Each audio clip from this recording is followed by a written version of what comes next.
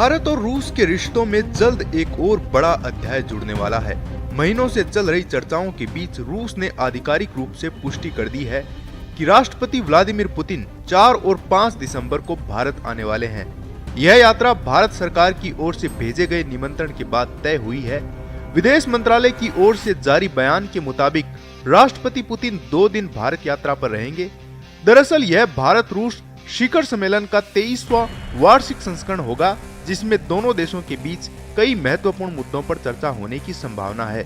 विदेश मंत्रालय की ओर से बताया गया है कि इस यात्रा के दौरान पुतिन प्रधानमंत्री नरेंद्र मोदी से मुलाकात करेंगे, राष्ट्रपति द्रौपदी मुर्मू द्वारा आयोजित भोज में शामिल होंगे। इस यात्रा का महत्व इसलिए भी बढ़ जाता है क्योंकि भारत और रूस इस समय रक्षा सहयोग की ओर आगे बढ़ने की दिशा में काम कर रहे हैं। खास तौर पर भारत की योजना रूस से 5 और S-400 air defence system regiment खरीदने की है। यदि यह सौदा तय हो जाता है तो भारत के पास कुल 10 S-400 रेजिमेंट हो जाएंगी। हालांकि सरकार की ओर से अभी यह स्पष्ट नहीं किया गया है कि यह सौदा मेक इन इंडिया मॉडल के तहत होगा या फिर पहले की तरह सीधी खरीद की जाएगी। गौरतलब है कि भारतीय वायुसेना की रक्षा क्षमता में S-400 की भूमिका पहले ही साबित हो चुकी है। ऑपरेशन सिंदूर के दौरान इस सिस्टम ने पाकिस्तानी विमानों और ड्रोन की गतिविधियों को पहचानने और उन्हें नष्ट करने में अहम भूमिका निभाई थी।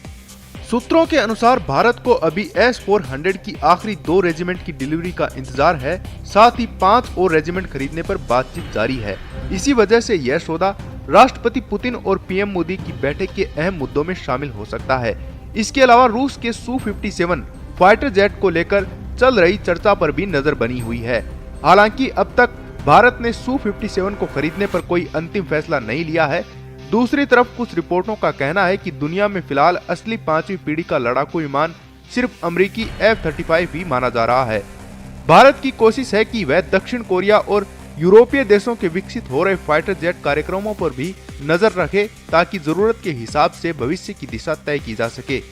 आपको बता दें कि राष्ट्रपति पुतिन की यह यात्रा ऐसे समय में हो रही है जब भारत और अमेरिका के बीच व्यापारिक मुद्दों को लेकर तनाव बना हुआ है। इस बीच रूस के साथ बढ़ता सहयोग भारत की सामरिक और भू राजनीतिक स्थिति को और अधिक संतुलित करने में मदद कर सकता है।